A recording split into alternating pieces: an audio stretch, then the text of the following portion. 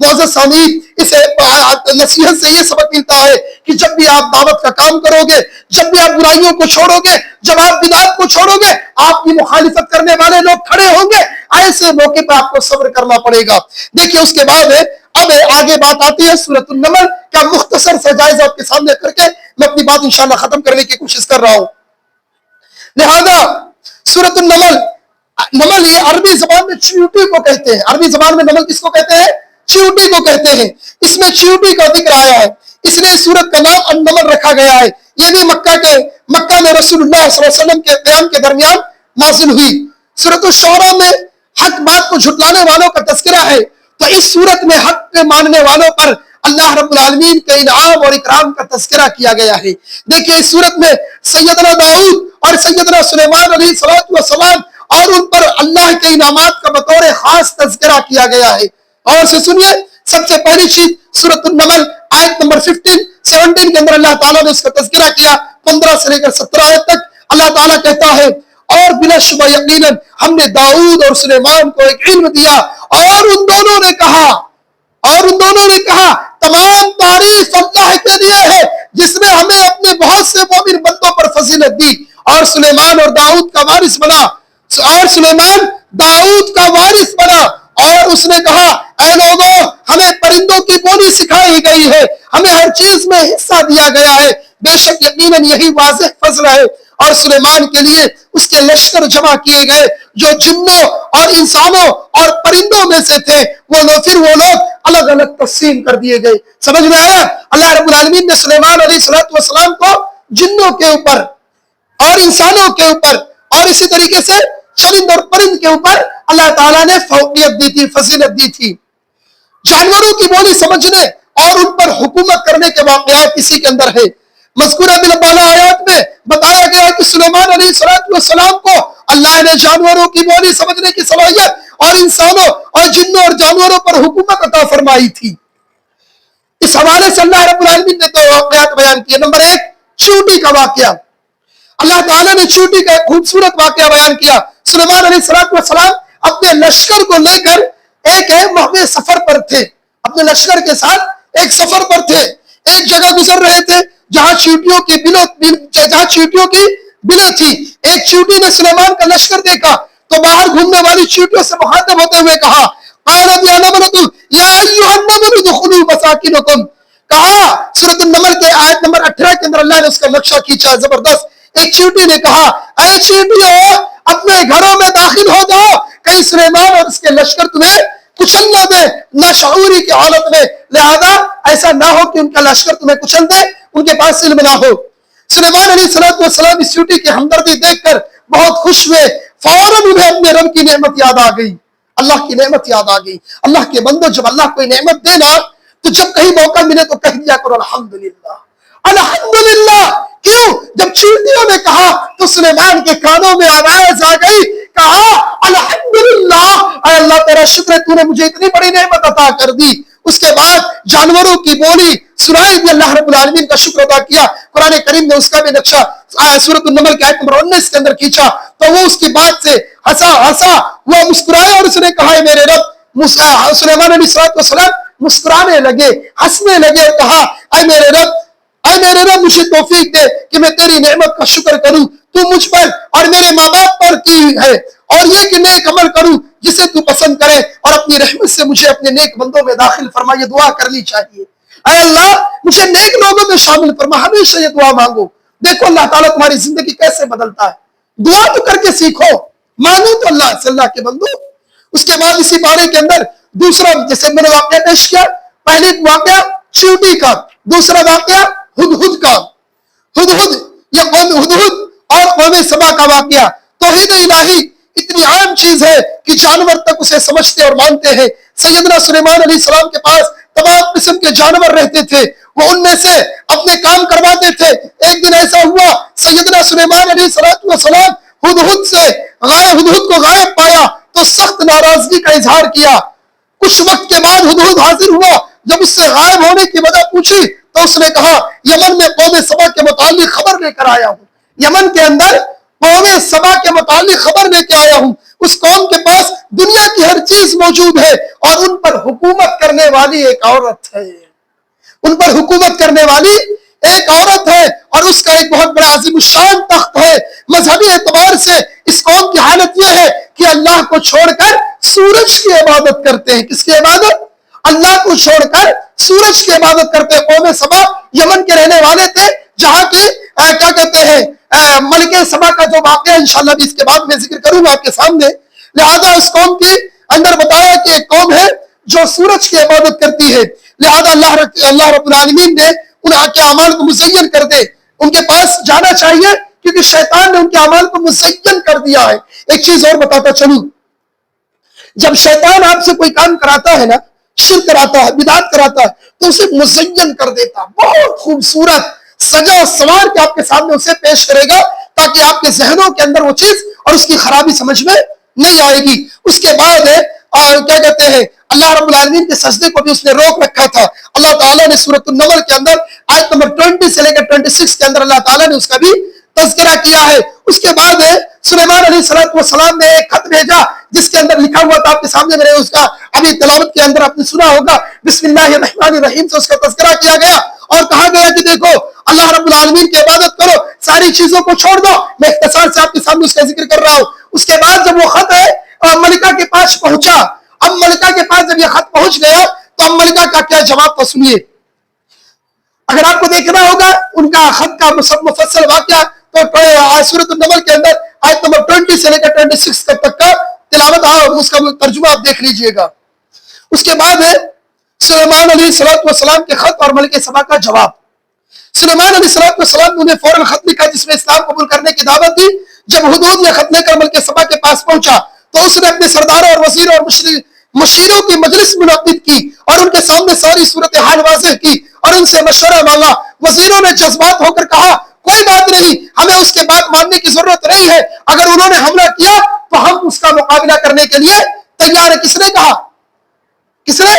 سبا, جو ملکہ سبا کے جو وزیر مشیر یہ تھے نا, ان سے ملکہ سبا نے مشورہ کیا تو لوگوں نے کہا ہمیں سلیمان کی بات ماننے کی ضرورت نہیں ہے. اور اس کے بعد جیسا سبا ماننے کے لیے تیار نہیں ہوئے تب ملکہ نے کہا, اس نے کہا سورۃ النمل کے اندر اللہ نے اس کا بھی واقعہ نقل کیا آیت نمبر 34-35 کے اندر. اس نے کہا بے شک بادشاہ جب کسی بستی میں داخل ہوتے ہیں تو اسے خراب کر دیتے ہیں اور اس کے رہنے والوں میں سے عزت والوں کو ذلیل کرتے ہیں, اور اسی طرح یہ کریں گے. بے شک ہم ان کی طرف کوئی تحفہ بھیجنے والی ہوں. پھر انتظار کرنے والی کہ ایلچی کیا جواب, یعنی خط لے جانے والا, تحفہ لے جانے والا کیا جواب لے کر آتا ہے. جب ملکہ سبا کا وفد سلیمان کے پاس آیا اور مال کے وزر کے ڈھیر لگائے تو سلیمان علیہ السلام سمجھ گئے. انہوں نے کہا مجھے یہ ملکہ عام بادشاہوں کی طرح سمجھتی ہے, مجھے یہ ملکہ عام بادشاہوں کی طرح یہ سمجھتی ہے. لہذا اس کے کیا کہتے ہیں اس کے دولت اور اس کے ہدیے کو لینے سے انکار کر دیا اور کہا جا کر کہہ دو کہ اگر یہ اپنے بات سے باز نہیں آئے گی, اپنی اللہ کی طرف رجوع نہیں کرے گی تو ہم اس کے شہر میں گھسیں گے, اسے ذلیل اور رسوا کر دیں گے اور لڑائی کے لیے تیار ہو جائیں گے. لہذا جب یہ خط لے کر ایلچی واپس آتا ہے ملکہ کے پاس تو ملکہ کو سمجھ میں آ جاتا ہے. کیا کہتے ہیں ملکہ, کیونکہ اس سے پہلے اس نے سلیمان کے بارے میں پورا واقعہ سن لیا تھا. لہذا وہ معذرت کرتی ہے اور آپ نے اس حقیق سمجھ کر اسے اللہ رب العالمین نے سورۃ النمل کے آیت نمبر 36-37 کے اندر اللہ تعالیٰ نے اس کا بھی تذکرہ کیا ہے کہ تو جب سلیمان کے پاس آیا تو اس نے کہا کیا تم مال کے ساتھ میری مدد کرتے ہو, تو جو کچھ اللہ نے مجھے دیا ہے اس سے بہتر ہے جو اس نے تمہیں دیا ہے, بلکہ تم اپنے تحفے پر خوش ہوتے ہو. ان کے پاس واپس جا, اب ہر صورت میں ہم ان پر ایسے لشکر لائیں گے جن کے مقابلے میں ان میں کوئی طاقت نہیں, اور ہر صورت انہیں اس حال میں ذلیل کر کے نکالیں گے اور وہ حقیر ہوں گے. لہذا سلیمان علیہ السلام نے اب انہیں چیلنج دے دیا. اب دیکھیے ملکہ سبا کا تخت سیدنا سلیمان کے قدموں میں. یہ ایک دو پوائنٹ اور آخر میں بچا ہے, اس کے بعد بات ختم. کہا جب سلیمان نے ملکے کے تحائف واپس کر دیے تو اسے سمجھ لگ گیا کہ سلیمان لالچی اور بادشاہ نہیں ہے. لہذا اب معاملہ ایسا آتا ہے کہ سلیمان علیہ السلام کے حالات سنے تو اس پر سیدنا سلیمان کا روب پڑ گیا. تب اس نے سوچا کہ مناسب یہ ہے کہ وہ خود ان سے ملاقات کرے. چنانچہ وہ اپنے خادم اور شاہی کے ساز و سامان کے ساتھ سبا سے روانہ ہوئی. کہاں سے؟ سبا یعنی جہاں سے اس کی بادشاہت تھی، اب وہ سلیمان کے پاس جانے کے لیے روانہ ہوئی. اس نے دربار سلیمان میں اطلاع بھیج دی کہ میں آپ کی دعوت پر آپ کی زبان سننے اور بالمشافہ گفتگو کے لیے حاضر ہو رہی ہوں. جب ملکہ قریب پہنچی تو سلیمان علیہ السلام نے اسے سرپرائز دینے اور اپنی حیرت انگیز طاقت کا مظاہرہ اسے دکھانے کے لیے ایک اس کی عظیم الشان تخت لانے کا حکم دے دیا. اللہ رب العالمین نے سورۃ النمل آیت نمبر 38 سے لے کر 41 کے اندر اس کا بھی تذکرہ کیا. کہا اے سردار تم ایسے کون اس کا تخت میرے پاس لے کر آئے گا؟ اس نے کہا فرما بردار ہو کر میرے پاس آئے. جنوں میں سے ایک طاقتور شرارتی کہنے لگا میں اسے تیرے پاس اس سے پہلے لاؤں کہ تو اپنی جگہ سے اٹھ کر کسی اور کے پاس جا. دوسرے نے کہا کہ اگر تم اپنے پلک جھپکتے ہی میں اس کے تخت کو لا سکتا ہوں. لہذا اللہ رب العالمین کے حکم سے سلیمان علیہ السلام نے اسے بھیجا اور وہ تخت کو لے کے آ گیا. اس حال میں لایا کہ سلیمان علیہ السلام کے پاس ہے ملکہ پہنچنے والی تھی. لہذا مفصل اس کا واقعہ ہے. اب اس کے بعد دیکھیے ملکہ سبا سلیمان کے محل میں اللہ رب العالمین نے سورۃ النمل کے اندر آیت نمبر 42 اور 43 کے اندر اس کا بھی تذکرہ کیا. پھر جب وہ آئی تو اس سے کہا گیا کیا یہ تیرا تخت ایسا ہی ہے؟ کس نے کہا؟ سلیمان علیہ السلام نے ملکہ سے کہا کیا تیرا تخت ایسا ہی ہے؟ اس نے کہا ہے یہ تو گویا وہی ہے. اس نے سیدنا سلیمان کی نبوت اور علم کے شواہد دیکھتے ہی مسلمان ہو گئی. اللہ رب العالمین نے اس کا نقشہ کھینچا. پھر جب وہ آئی تو اس سے کہا گیا کیا تیرا تخت ہے؟ اس نے کہا یہ گواہی دی ہاں ہم اس سے پہلے دن میں دیے گئے تھے اور ہم فرما بردار تھے اور اسی چیز میں روکے رکھا جس کی عبادت وہ اللہ کے سوا کرتی تھی. بلا شبہ وہ کافروں لوگوں میں سے تھی. اس کے بعد وہ اسلام قبول کر لیتی ہے. ملکہ سبا اسلام قبول کر لیتی ہے. اب آخری پوائنٹ دیکھیں اس بارے کے اندر کیا ہے. یمن کے زراعت کے مقابلے میں فلسطین صنعت اور حرفت کا شہنشار. یمن کے زراعت یعنی ان کا جو کام کرنے کا ایک معاملہ تھا اس کے مقابلے میں سلیمان علیہ السلام کا ملک صنعت کاری میں یعنی کام کرنے میں بہت ترقی یافتہ تھا. خصوصاً شیشہ سازی، شیشہ بناتے تھے وہ لوگ، شیشہ بنایا کرتے تھے اور اس کا بہت عروج تھا انہیں. جب ملکہ محل میں آنے کی دعوت دی تو جب وہ محل میں داخل ہوئی تو دیکھا کہ شاید یہ پانی کا حوض ہے، شاید یہ پانی کا حوض ہے. اس نے اپنی شلوار کے پائجے اٹھائے اور کہیں بھیگ نہ جائے. حالانکہ لیکن وہ دیکھ کر حیران رہ گئی کہ اسے پانی نے چھوا تک نہیں. دراصل وہ پانی نہیں، نفیس ترین شیشہ لگا ہوا تھا. یہ دیکھ کر اسے یقین ہو گیا کہ سلیمان واقعتاً اللہ کے نبی ہے اور ان کی عظیم الشان سلطنت کے مالک ہونے کے باوجود ذرا بھی تکبر اور گھمنڈ نہیں تھا سلیمان علیہ السلام کو. اللہ نے سورۃ النمل کے اندر آیت نمبر 44 کے اندر اس کا بھی تذکرہ کیا یہ پانی اور شیشے کا. دیکھیں اس واقعات کے بیان کرنے کا مقصد یہ ہے کہ اللہ رب العالمین پر توحید پر ایمان لانے والے جو رہتے ہیں نا، جو توحید پر ایمان لاتے ہیں، اللہ رب العالمین ان کو دنیا کے اندر بھی عزت دیتا ہے، شہرت دیتا ہے، دولت بھی دیتا ہے اور دولت اور عزت اور شہرت کے ساتھ ساتھ اللہ رب العالمین انہیں سرداری بھی عطا کرتا ہے. دنیا کے اندر بھی عزت دیتا ہے، سرداری سے نوازتا ہے اور آخرت کے اندر بھی اللہ تعالیٰ انہیں سربراہ کرتا ہے اور جنت نصیب کرے گا. لہذا معزز سامعین اگر ہمارے پاس اللہ رب العالمین نے دولت دیا ہے، عزت ہے، شہرت ہے تو ہمیں اس کا غلط استعمال نہیں کرنا چاہیے بلکہ اس کا استعمال صحیح طریقے سے اللہ اور اس کے رسول کے لیے کرنا چاہیے بلا تکبر، بلا فخر، بلا گھمنڈ کیے ہوئے. اللہ رب کریم سے دعا ہے اے رب العالمین ہمیں اس رمضان المبارک کے مقدس مہینے میں اے اللہ ہم سب کے گناہوں کو معاف کر دے. اے اللہ ہم سب گنہگار ہیں، خطا کار ہیں، اے اللہ ہمارے گناہوں کو معاف کر دے. اے رب العالمین ہمیں قرآن کریم کی تلاوت کرنے کی توفیق عطا فرما. اے اللہ جو پریشان حال ہے اے اللہ تو ان کے دلوں کے فریاد کو سن لے، ان کی پریشانیوں کو دور کر دے رب العالمین. اے اللہ انہیں بدعات سے، خرافات سے دور کر دے رب العالمین. اے اللہ جو قرض میں ڈوبے ہوئے لوگ ہیں اے رب العالمین غیب سے ان کی مدد فرما دے. اللہ غیب سے ان کی مدد فرما دے. اے اللہ قرض جیسے بوجھ سے جو دبے ہوئے ہیں رب العالمین اے اللہ ان کے قرضوں کو ختم کرنے کا سبب عطا فرما دے. اے اللہ ان کی کمائی میں برکتوں کا نزول فرما دے. اے اللہ ان کے گناہوں کو معاف کر دے. اے اللہ اے رب العالمین انہیں دین سے جڑنے، دین کی باتیں سننے، دین کی باتوں پر عمل کرنے کی توفیق عطا فرما. اے اللہ ہم سب کو نیک عمل کرنے کی توفیق عطا فرما. اے اللہ جو بھی مصیبت پریشانی ہمارے گھروں کے اندر ہے اے اللہ ان مصیبت اور پریشانیوں کو دور کر دے. اے اللہ جن کے باپ پریشان حال ہیں، اے اللہ جن کے گھروں میں شادیاں ہیں، اے اللہ جن کے گھروں میں عید آنے والی ہے رب العالمین، جن کے باپ پریشان حال ہے اللہ غیب سے ان کی مدد فرما، اللہ ان کے گھروں میں عید کی خوشیاں نصیب فرما دے، آمین تقبل یا رب العالمین۔ سبحانک اللہم و بحمدک، اشہد ان لا الہ الا انت، استغفرک و اتوب الیک۔